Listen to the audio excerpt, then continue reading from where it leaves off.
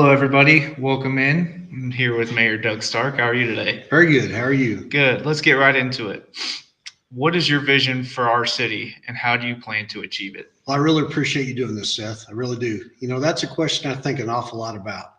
I've never lost sight of the fact that I'm here to represent the people and do exactly what their vision is, actually.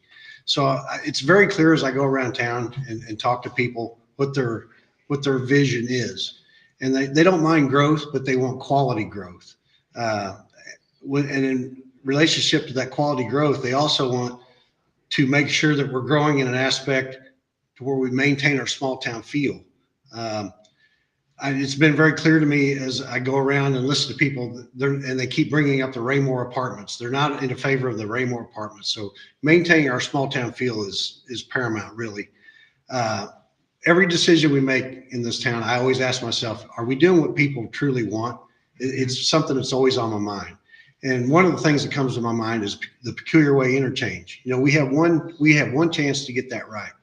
And I've been telling people, as long as they'll listen, quality breeds quality. And as long as we make sure we get the right quality thing in there to secure that interchange, we'll be much better off for it as a city.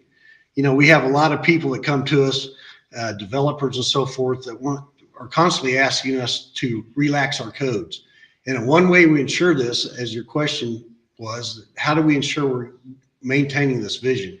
And it's ensuring we follow our own codes. These codes were put in place many years ago for one simple reason, that we've had a problem in the past. They corrected it and identified it through codes. So it's very important that we follow our codes and not be afraid to say no if that's what it takes.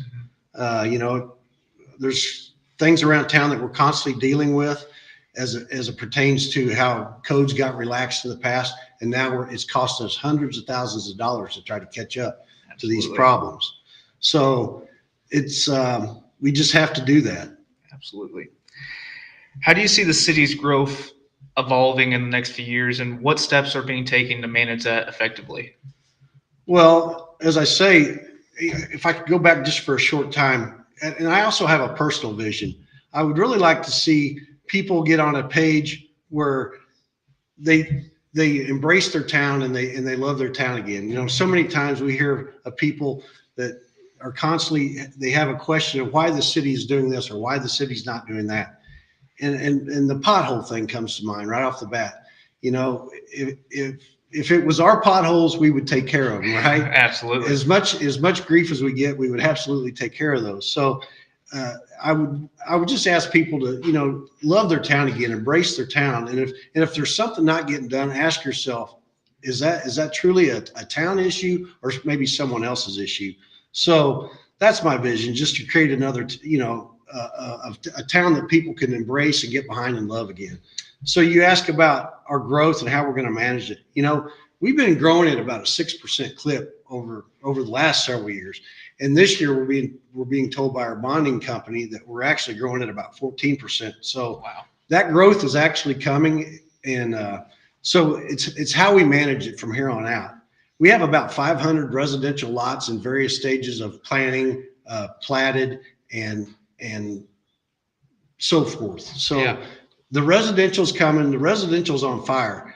Where we're committed to really increasing a footprint is in our commercial developments. Mm-hmm. We would like to increase those because that was identified through a task force that I put together right after I was elected on how we can begin to reduce each person's impact of the bonds. Mm-hmm. And the very thing that this task force came up with is there's not a lot of things we can do. And we're going to talk about water, I'm sure. But yeah. One of the things was identified is we need to get more commercial development to ease the burden on each taxpayer. So that's what we've been committed to doing. Like I said, I mentioned the peculiar way interchange. We just have one chance to get that right. We have to keep quality in mind.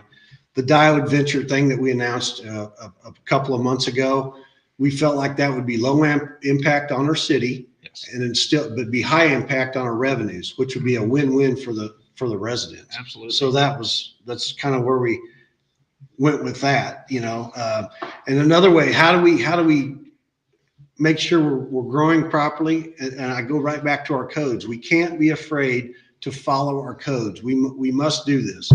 And it's just something we have to do. You know, I had a developer actually telling me that he actually liked it that we had firm codes and we stood our ground on those, because he felt like if he made the investment in Peculiar, that his investment would be protected down the road, because he would know something that didn't go in beside him that he just didn't agree with. Absolutely. So you have to remember that most people that just want to water these codes down and it's just anything goes mentality, they either stand to benefit financially from selling the ground or their products, which means they really don't care about our town. And that's what we're focused on. Is I'm Team Peculiar every day, so Yes. I try to make sure that I'm not only proud of my town, but every resident's proud of their town. And Yes. that's kind of the position we take. Absolutely. Road construction and infrastructure maintenance are obviously hot topics nowadays. Can you provide insights into the city's plan for fixing roads and improving infrastructure?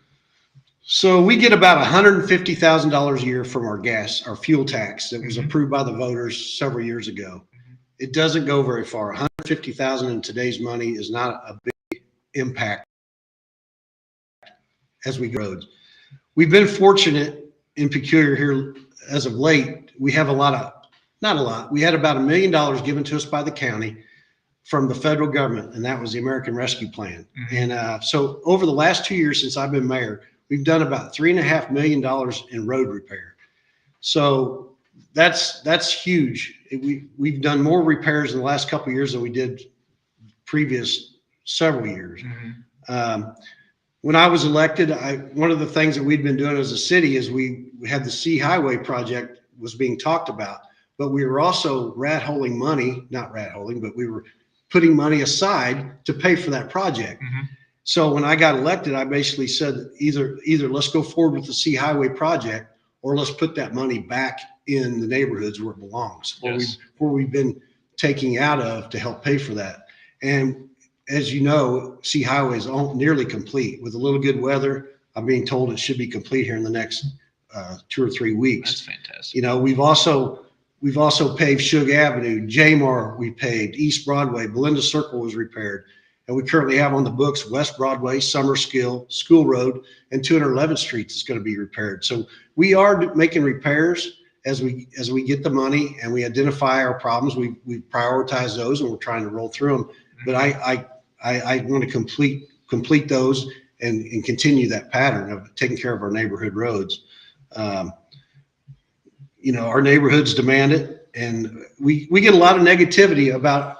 I'm going back to these potholes through town. Mhm. Those are a lot of people don't realize that road is not ours. It's a MoDOT road, Mhm. and we just can't go out and make repairs on a MoDOT road. They won't allow it. Number one, and we like I mentioned, we barely have enough money to cover the bases of our neighborhood streets with the money we do have. So we hate to go out and spend money on a MoDOT road, and so that's kind of what it is. We're also updating our water line and our infrastructure that way. Our utilities. We just approved about 300,000 in water line improvements down Summerskill. And what that will do is basically make a connection and a loop of our town that will improve our fire flow and allow for commercial developments to blossom in areas and have the required fire flow that our fire district's requiring.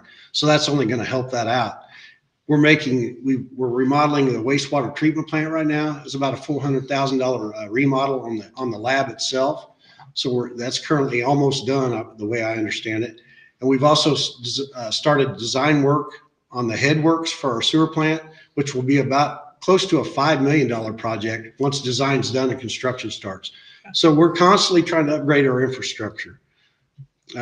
We get a lot of federal grants, and that's how we stretch our money and decrease the burden on residents.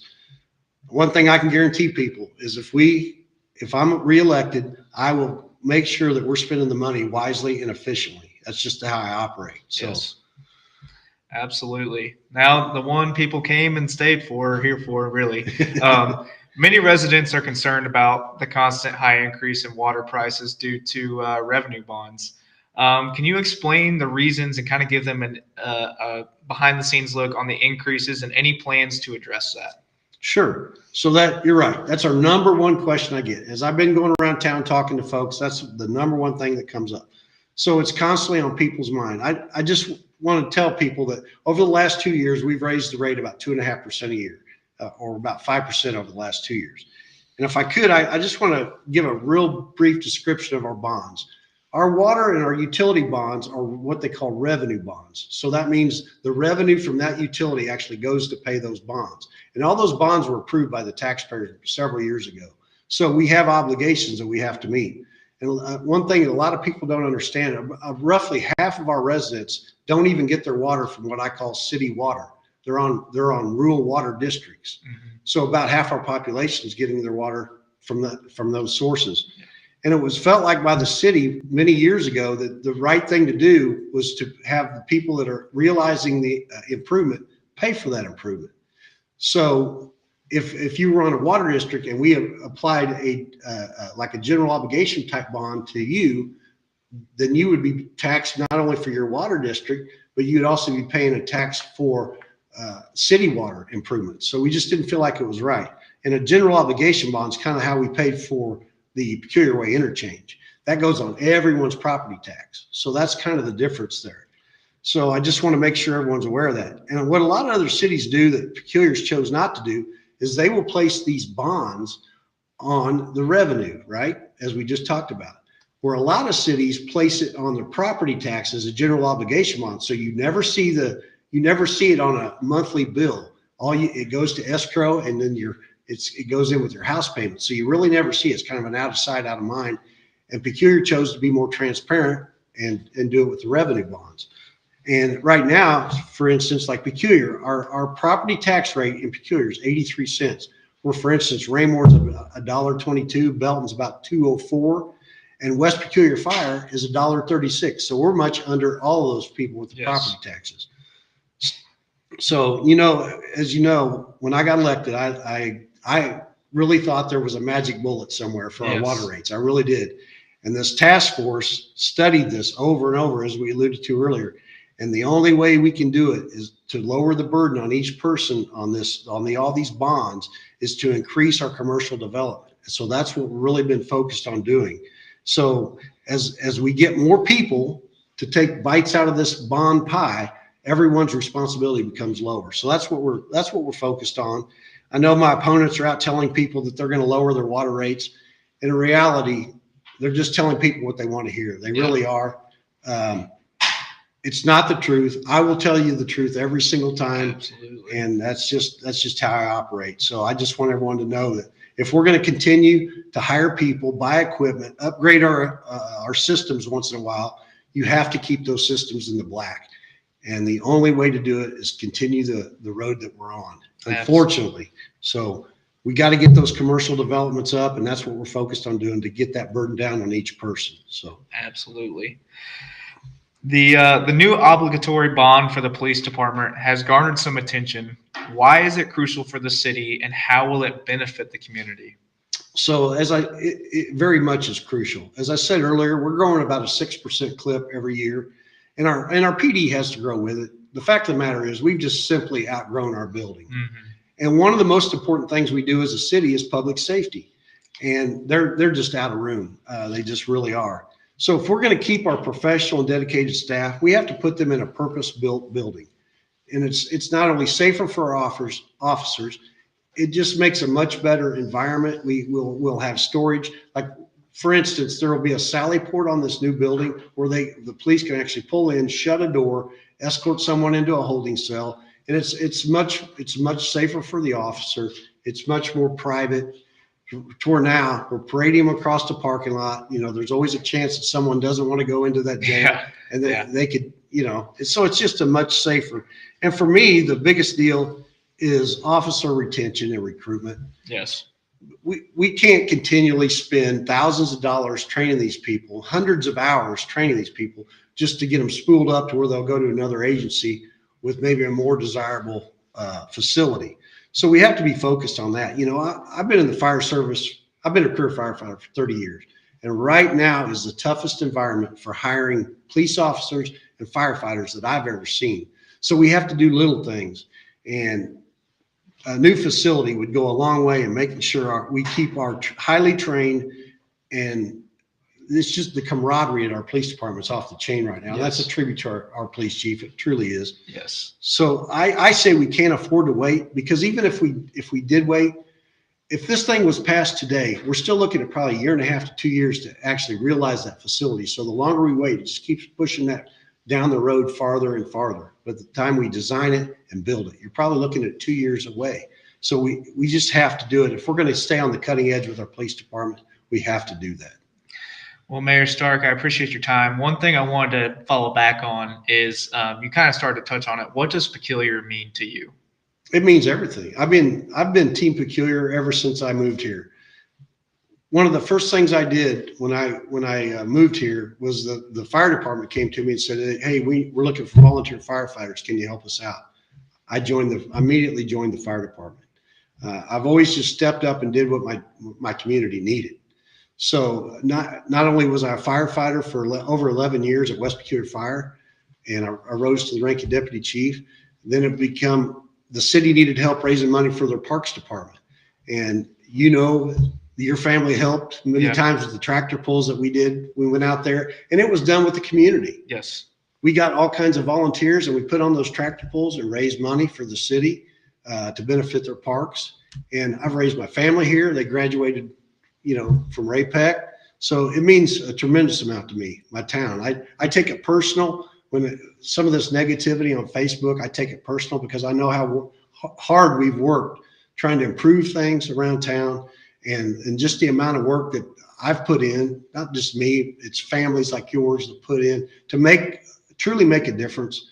And when people tear it down, I take it personally. Yes. So, well, absolutely. Mayor Stark, I appreciate your time, and I'm sure everybody at home appreciates the transparency, and we appreciate all your hard work that you do. Well, I appreciate you doing this. And like I say, I just appreciate everyone's consideration on April 2nd.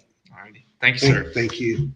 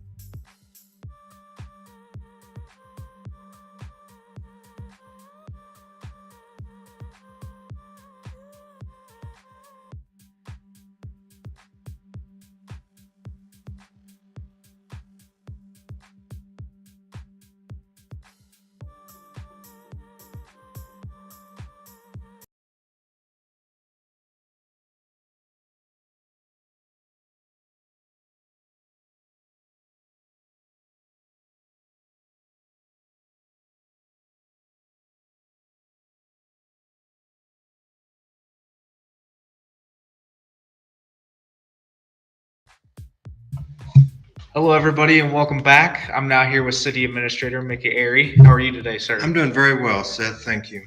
Let's hop right into it. Perfect. What strategies are being implemented to ensure responsible fiscal management amidst the city's growth? Sure. Whenever you're talking strategies, I think any city looks at the long-term growth plan for a city, and that's going to impact their finances. That's going to impact their budget. It's going to impact what they do. So our city, like most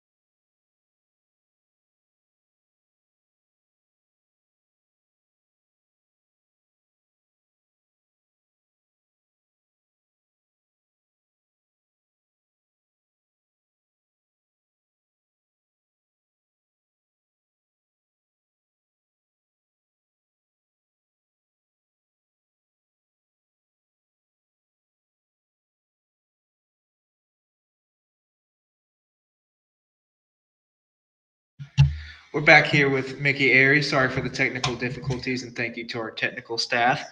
Back to question 2. How does the city plan to balance the need for infrastructure improvements with the financial constraints faced by residents? Sure. And again, Seth, I certainly don't want to bore the viewers. I appreciate their time. It's all about growth in the city. The city is fortunate to have a 6 to 7% annual growth. That's strong. It's fantastic. And so whenever you have that kind of growth, that's going to attract commercial growth, which is the other balance that you have to have. So whenever this balance takes place, then we're going to we're going to see some of this relief take place. So what we're also trying to do in the meantime, though, is we're seeking every funding source that we can. So Department of Natural Resources has grant money that we've applied for. MARC, the Mid-American Regional Council, we've applied for grant funding there. Any source that we can find that we can apply for grant money to bring relief to the city, we're going to do that. I think, whenever you begin to look at our city, Peculiar is unique. We have 4 different water districts represented here in the city. And so some of the burden you can't place on through revenue bonds on individuals that aren't getting service from the city. They may be receiving their water from another water district. So you have to really balance all of that out. But we're seeking every source that we can. And I want to say that the board of aldermen, voted to use some of the ARPA funding that came from the federal government to work on some of our water lines. We needed Zone 1 to increase its water flow, and that's what we've done. So I think city staff is working with the elected officials to make sure that our funding is spent in the best possible way. Absolutely. Can you provide some insight into the decision-making process behind revenue bonds and their impact on essential services like water supply? Sure. Bonds, we're not unique in that way in any way. Every city uses bonds, Yes. revenue bonds or general obligation bonds to fund capital projects. And these capital projects are, again, sometimes it's the stormwater, sometimes it's the water that comes through your tap, and it's the sewer. All of these, they have failures with them. I mean, there's always water leaks, there's always water breaks, and that is typical in any city. And so bonds help us to fund that, to help us to build infrastructure so that we can provide those services. There's really 2 services that cities are supposed to provide. One is public safety, the police department, and another is the utilities. That's what we do. And in Peculiar, provide sewer and we provide water. And so bonds are used again to distribute that funding. It's paid for by the people that use the services, and we can work on the infrastructure that always needs repair. Some of our infrastructure in Peculiar is years and years old, and it's used by material that was good at the time, but it's not the current material that needs to be used. And so it fails. And that's whenever you get leaks and breaks. And so that's why you use bonding to do the things, capital funding that you can do for the city. Fantastic.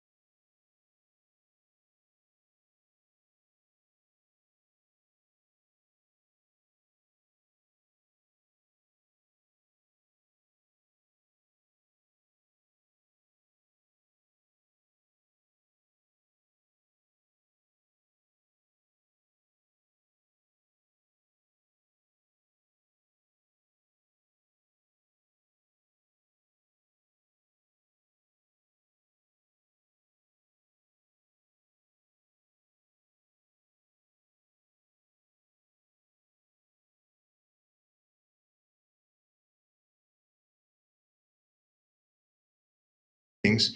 We discuss the budget and we look at it.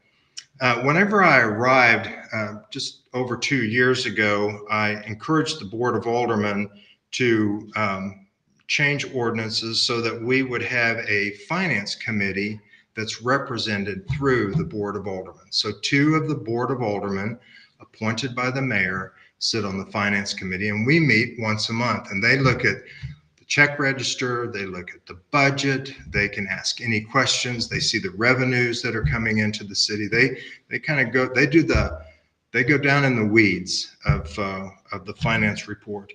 Mhm. Finance report is then presented by that committee at our Board of Aldermen meeting, again, an open meeting, a public meeting. And we look at all of that. Then our bonds are, Gilbert and Bell is our company that oversees that and audits that. Joey McCliney, who was here recently, is our bond advisor. So all of this plays into the transparency, the accountability of the finances of the city. Fantastic. How will the new police department bond fit into the city's overall budgetary framework, and what steps are being taken to mitigate its financial impact on the residents of Peculiar? Sure. It goes back to that same answer. The more residents that come in town, the more commercial, then the lower the bond payments are going to be. As you've heard through several avenues, we averaged a $350,000 home assessment, about $50 a year, $60 a year is what we would be assessed on people's property taxes.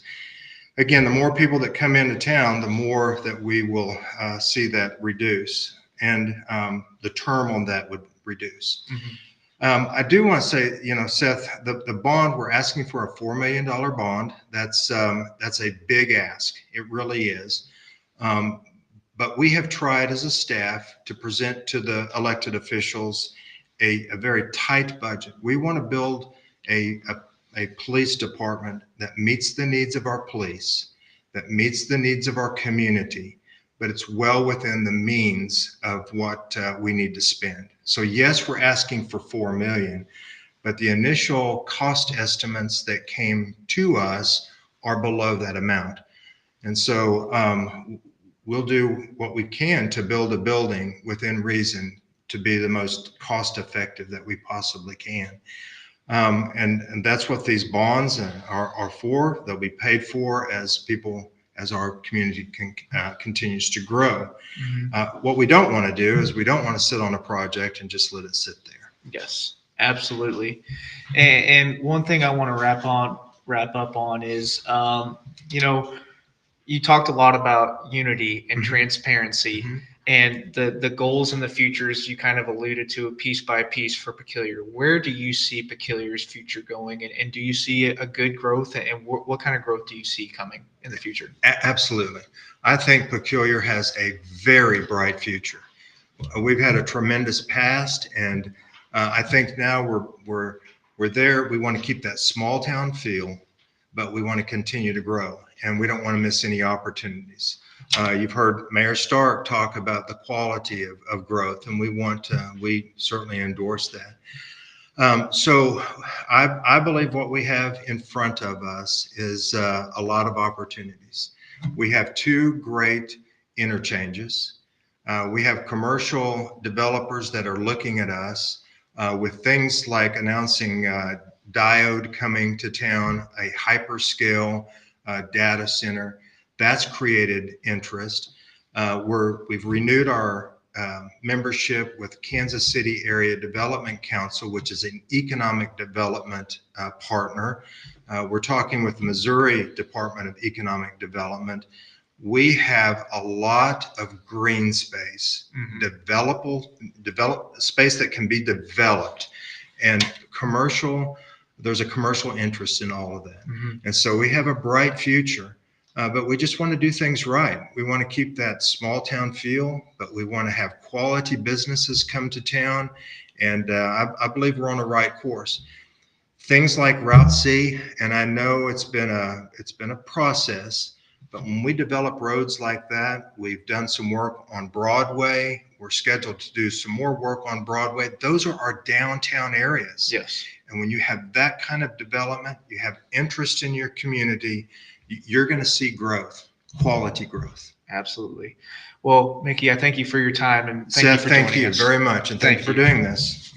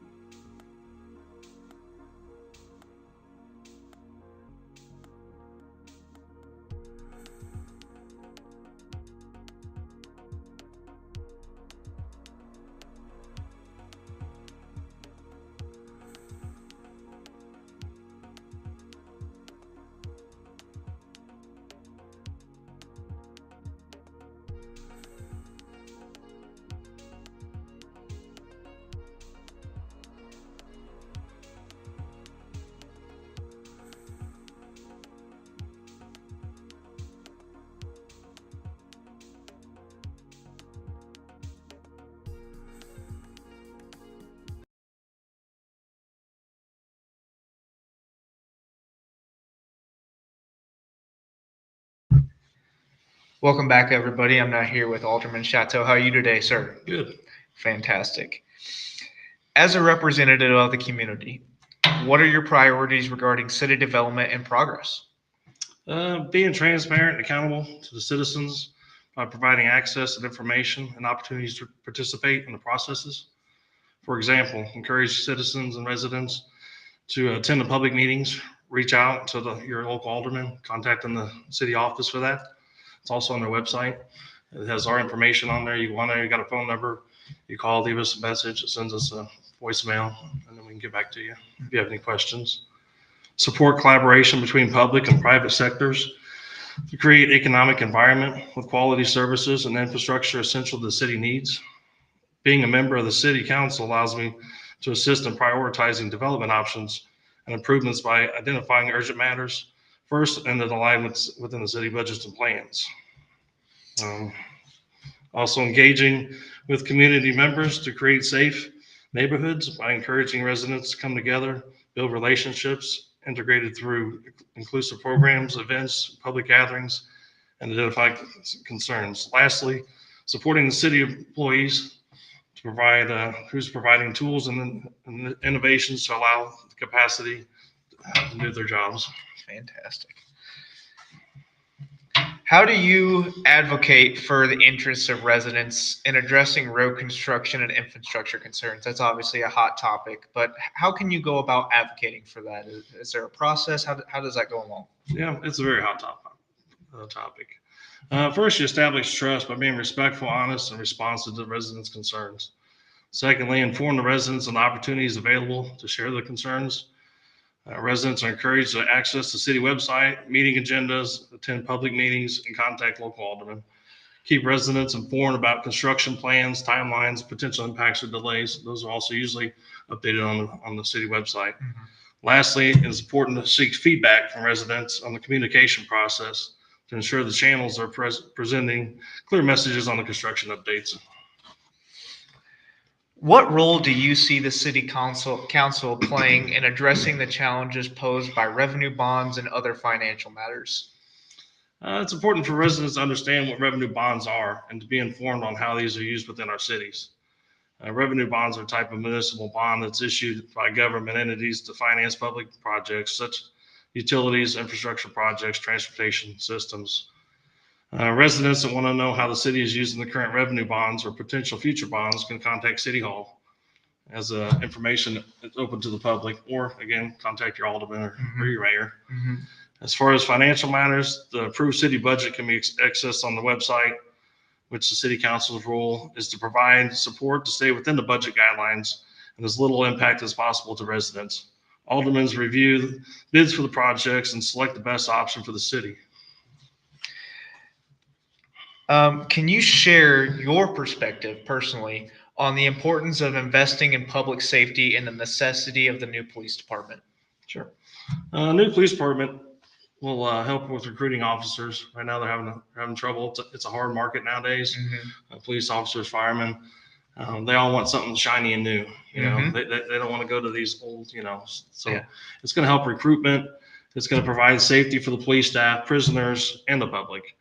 Allow for storage, updated equipment, offer secured area for files and evidence. Currently, if you would watch the couple of videos that are out there, you can watch that everything's kind of unsecured, looking out open. I mean, it's just going to bring us back to where we need to be as a up to date, like big cities. Future growth for animal control holding area, that's huge. You get on all summer long, you get on Facebook, you see the posts about the poor dogs and cats and animals that are out. We really can't do nothing because we don't have the facility right now to do that.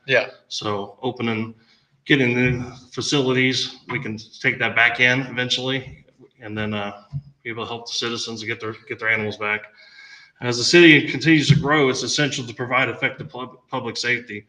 The selection is ideal. We already own the property. It just makes more sense. Everything's there. And it's the most cost-effective way to do it right now. How do you engage with people to ensure their voices are heard in decisions affecting their city's future? I'm engaged in city events. I have every city event a meeting on my calendar, and I attend as many as I can. This allows me the opportunity to have face-to-face discussions with constituents in my ward, as well as the residents of the city. I serve on different committees such as City Council, Police Advisory Board, and the Peculiar United. This allows me to hear residents' concerns and assist the committees in creating a plan of action to address those concerns. Each alderman has a direct phone line, so you can always get a hold of us. Like I said, depending on the topic, I may need to reach out to city administrator, police chief, or codes enforcer to gain knowledge, but I can get that back to you. The city has several board and residents, and are encouraged to see if any interest to volunteer for those. We're always needing people to reach out, get on the board, let's go to the meetings, figure out what's going on. A couple things to follow up on. Why is it important for people to follow up, to reach out? You see a lot of people on social media and everywhere. They have a lot of questions, and some might be saying, why should I, or why would I? What would be your message to those people? Reach out. You're not bothering me. I know the other aldermen on the board, the mayor, we're all open. We're all transparent. The city staff's transparent. Mickey's great. Chief's great. They got a good system in place, but you'll get the details behind it. Instead of getting on Facebook or some other site and reading between the lines, we'll tell you really how it goes. And this might not be what you want to hear, but obviously waters and potholes, things like that. It's not always the result you want to hear, but we'll tell you face to face or over the phone or whatever.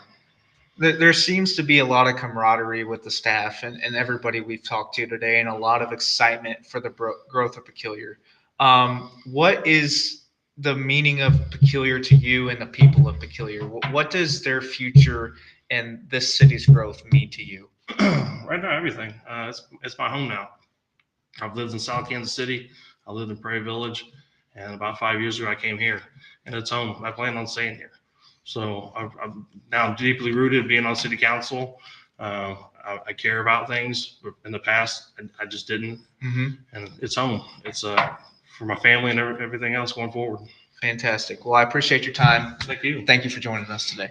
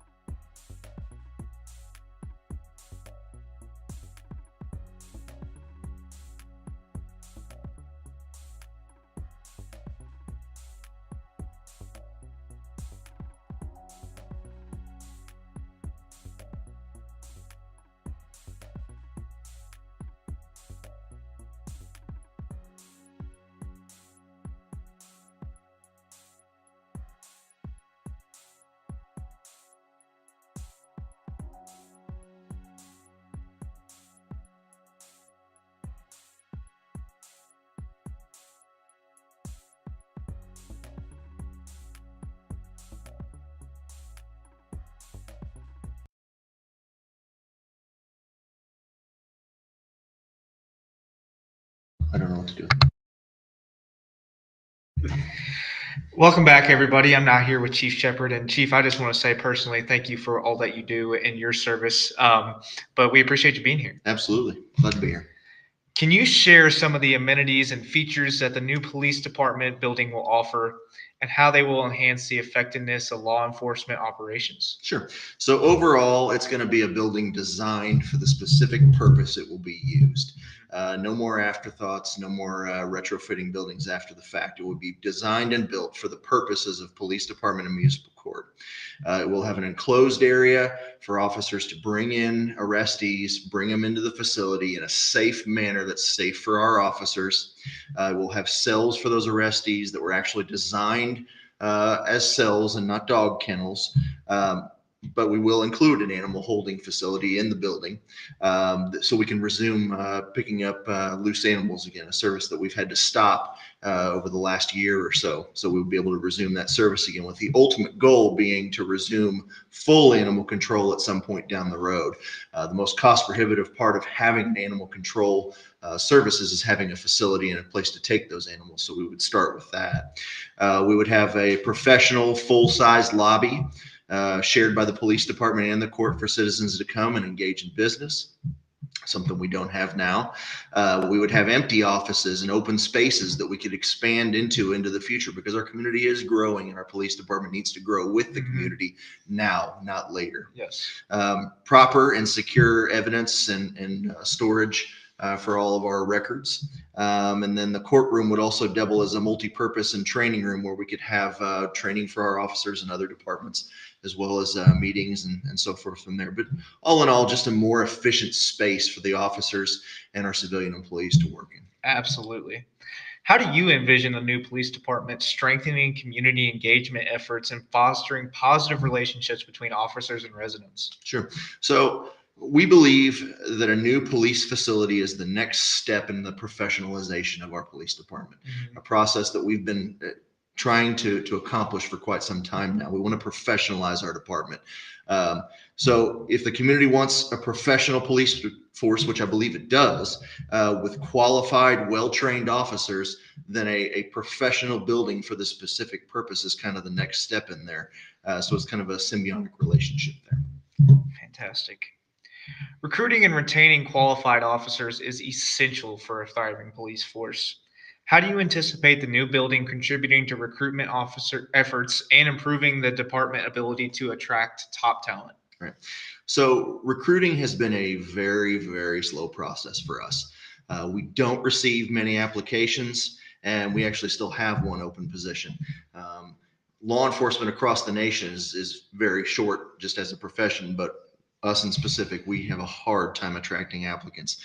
The things that people think attract applicants are not necessarily the things that are always accurate. Things like benefits and working relationships or a positive work environment, which we do have, are great things to keep officers and retain them, but those are often the things, not the things that get them in the door to start with. One of the things a potential officer looks at when they're choosing where to work, and they do have the choice of where to work nowadays, is looking at the physical environment where they're going to work, the actual building. Nobody wants to work in a place that's less than adequate, or, this is something that's just good enough, an afterthought. Nobody wants to work in a place like that. So the new facility, we believe, will attract professional, talented, high quality officers, not just now, but into the future. I mean, currently, the state of things is we don't even show our applicants the current police department until we've already done quite a ways into the interview process. We do all of our interviews and testing at City Hall. It's not for quite some time that we actually show them the police department. So we want to have something we can be proud of. Absolutely. The location of the police department can significantly impact its accessibility and effectiveness. Can you elaborate on the factors considered in selecting the location of the new building? So the selected location is currently where our police garage is in our locker room. So our officers go there at the beginning of every day. They drop their personal car, they go inside, they change into their uniform, they take a police car, and they're out patrolling. And at the end of the day, everything just goes in reverse. So the city already owns that land. We're already using it for operations. There's about 1.3 plus acre to use out there. So there's plenty of space that we want to use, which keeps the building cost down. We don't have to acquire land. There's already critical infrastructure on site: water, gas, sewer, electric, high-speed internet. All of that stuff is already there because we're already using it for the police garage. So that keeps the build cost down. As far as what we need size wise, there's already a 5,000 square foot garage there now that we're using. We intend to add a 5,000 square foot addition onto that, giving us a total of about 10,000 square feet to work with.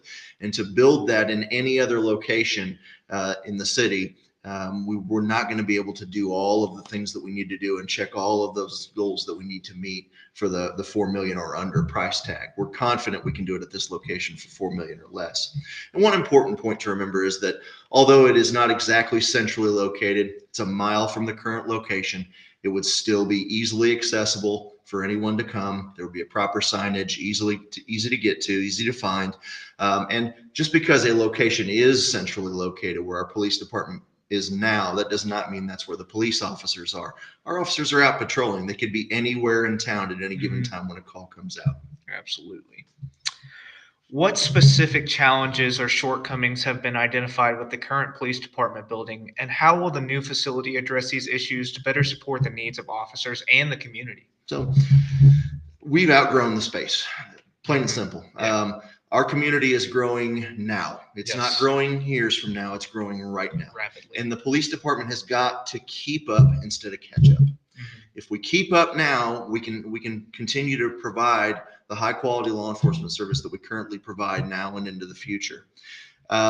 So we've outgrown the space. The building was never intended to be a police department in the first place. It was a pharmacy at one point. It was a library. It was a family video at some point. And so it was never intended to be a police department. Everything's kind of retrofit after the fact. So it's not ideal for our current needs and what we do. There's not sufficient parking out there, especially on court nights. Turning out of the parking lot on to see highway is a challenge at any time of the day. And the building itself is just in significant need of renovation, and it needs some repairs right now. And so the new facility would give us all of those things and have adequate space to expand, not just now, but into the future. So we're thinking future in mind. Absolutely. One thing that resonates with me is throughout the whole conversation is the excitement and kind of the mindset that with the plan in place, we know that this is going to be a fantastic addition for our city. What can you tell the residents about the excitement of you guys in the police force, and just how you will be able to get back with the city more effectively with this new central office? So, like I said, our officers are really excited about the prospect of having this. You know, we make the best we can with what we have, obviously, and we will continue to do that as long as the citizens, if that's the demand. But we feel that now's the time to do this. You know, we've had a lot of questions about, well, I'm just not sure that now's the time. Well, then you tell me, when is the time? I mean, is it now? Is it 5 years from now? Okay, 5 years from now, things are going to be more effective. How much is our city going to grow in the next 5 years? To continue to grow our police department in the space that we have right now is just not realistic. It's just not. Not to mention building costs are going to be more in 5 years. They'll be more in 10 years. They're never going to be as cheap as they are right now. They're not going to go down. And so we feel that now's the time to do this. And not only that, and I stress this to a lot of people, is that this is not just a gift where you're not expecting something in return. The citizens of Peculiar, if they vote for this, they're buying something for their money. They're buying a high quality facility to have a high quality police department. They're getting something in return. Well, Chief Shepard, we appreciate you and your staff and what you guys do daily for us and protecting our community. And I appreciate you joining me here this evening. Thank you, Seth. Appreciate it.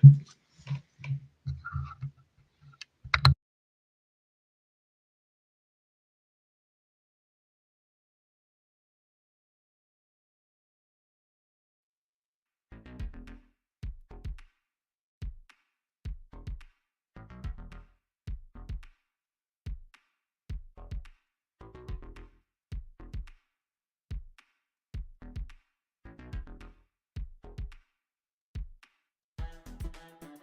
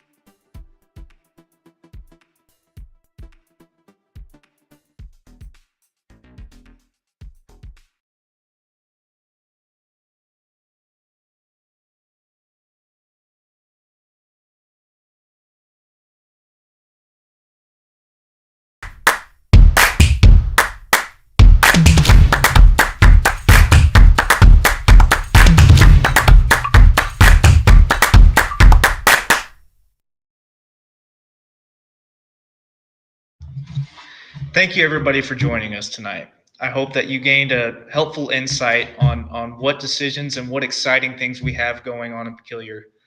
One thing that resonated with me was united and community. That seemed to be a word and a thought process that came up a lot with Mayor Stark and his staff. And I think that's one thing when going about town and scrolling through social media that we should get back to. Um, we're going to keep our small town feel, and we love the city of Peculiar, and we love each other. And sometimes we go at war with opinions and everything, and everybody is entitled to their opinion, but become informed with that opinion, and respect the other's opinion. You may not agree, but together, coming together with that, we can truly build back to what Mayor Stark mentioned was a grateful, united, loving community that Peculiar is and always has been. I've been here for 23 years of my life, all of them. And I can confidently say that it's one of the best places to live, best places to be. And I'm excited for the growth and can see the passion of everybody around me that I interviewed tonight about the growth of it as well. Thank you for joining us tonight. Thank you to Rick Clausing and Brett Barbrick for their technical genius and getting this all put together. And thank you to everybody that sat in and joined me tonight, and you, the viewer at home, because this is who it's for. This is to inform you. And just make your educated vote and guess, not guess, but educated vote on April 2nd. And you can't go wrong. Thank you and have a blessed night.